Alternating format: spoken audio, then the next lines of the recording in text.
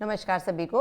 ऋग्वेद की श्रृंखला को आगे बढ़ाते हुए आज हम ऋग्वेद के दूसरे मंडल के सूक्त 4 के बारे में जानेंगे। सूक्त 4 के ऋषि हैं सोमाहुति भार्गव, देवता हैं अग्नि और छंद है तिष्ट। सोमाहुति भार्गव भृगु ऋषि की परंपरा में आने वाले एक वैदिक ऋषि हैं।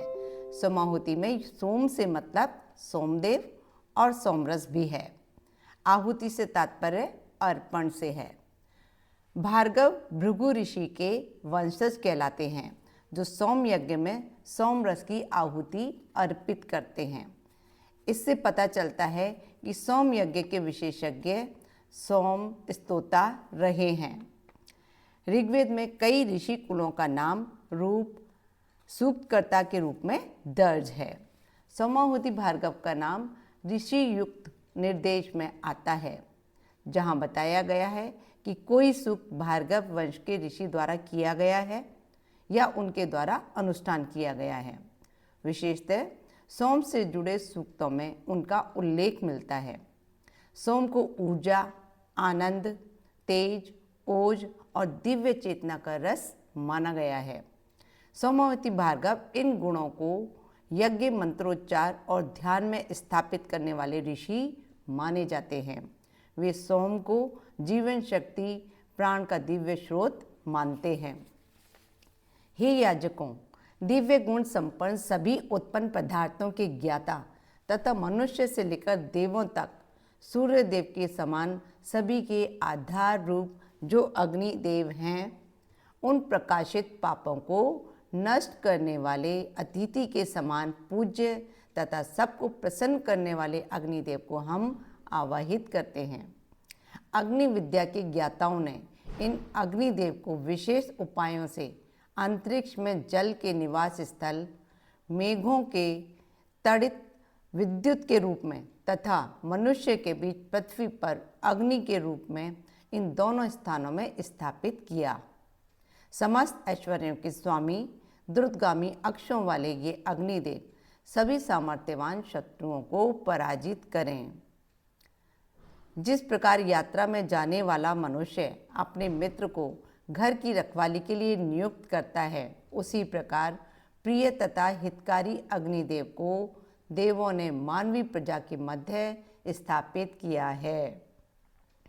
जिस प्रकार अपने शरीर की स्वस्थता आनंददायी होती है, उसी प्रकार काष्ठादि को भस्म करके वृद्धि को प्राप्त हुए अग्निदेव की तेजस्विता भी सबके लिए रमणीय होती है। जिस प्रकार रथ में जुड़ा हुआ घोड़ा अपनी पूंछ के बालों को कंपाता है, उसी प्रकार वृक्ष वनस्पतियों को धारण करने वाले अग्निदेव की ज्वालाएं दिखाई देती हैं। अग्निदेव की महानता का गान करने वाले तथा अग्निदेव की कामना करने वाले स्तुताजनों को अग्निदेव अपने जैसा ही तेज प्रदान करते हैं तथा हव्य समर्पित किए जाने पर अपने अति मनोहारी रूप को प्रदर्शित करते हुए वृद्ध होकर भी बार बार तरुण कांतिवान ज्वालाएं जैसे हो जाते हैं। जैसे प्यासा व्यक्ति पानी पीता है, उसी प्रकार द्रुत गति से वनों को जलाने वाले अग्निदेव रथ को वहन करने वाले घोड़े की भांति शब्द करते हैं। वह कृष्ण धूम मार्ग से जाने वाले सभी को ताप देने वाले रमणीय अग्निदेव नक्षत्रों से प्रकाशित आकाश की तरह सुशोभित होते हैं। जो अग्निदेव विविध रूपों में विश्वव्यापी हैं, जो विशाल पृथ्वी के पदार्थों को जलाते हैं, वे तेजस्वी अग्निदेव सभी व्यथाकारी कंटकों को, सूखे काष्ठों तथा वनस्पतियों को अपनी ज्वालाओं से जलाते हुए रक्षक रहित पशु के समान इधर उधर स्वेच्छा से जाते हैं। हे अग्निदेव, आपने पूर्व समय में भी हमारा संरक्षण किया है, अतः हम तीसरे सवन में भी मनोहारी स्तोत्रों का उच्चारण करके उसका स्मरण करते हैं। हे अग्निदेव, आप हमें श्रेष्ठ धन तथा महान कीर्तिवान वीर संतति प्रदान करें। हे अग्निदेव, जिस तरह गुफा में बैठे हुए अहंकार रहित स्तुति करने वाले ऋषियों को उत्तम संतति प्रदान करके आपने संरक्षण प्रदान किया है, उसी तरह हमारे द्वारा ज्ञान पूर्वक की गई स्तुतियों से हमें श्रेष्ठ धन देते हुए हमारा संरक्षण करें और हमें सुरक्षा प्रदान करें।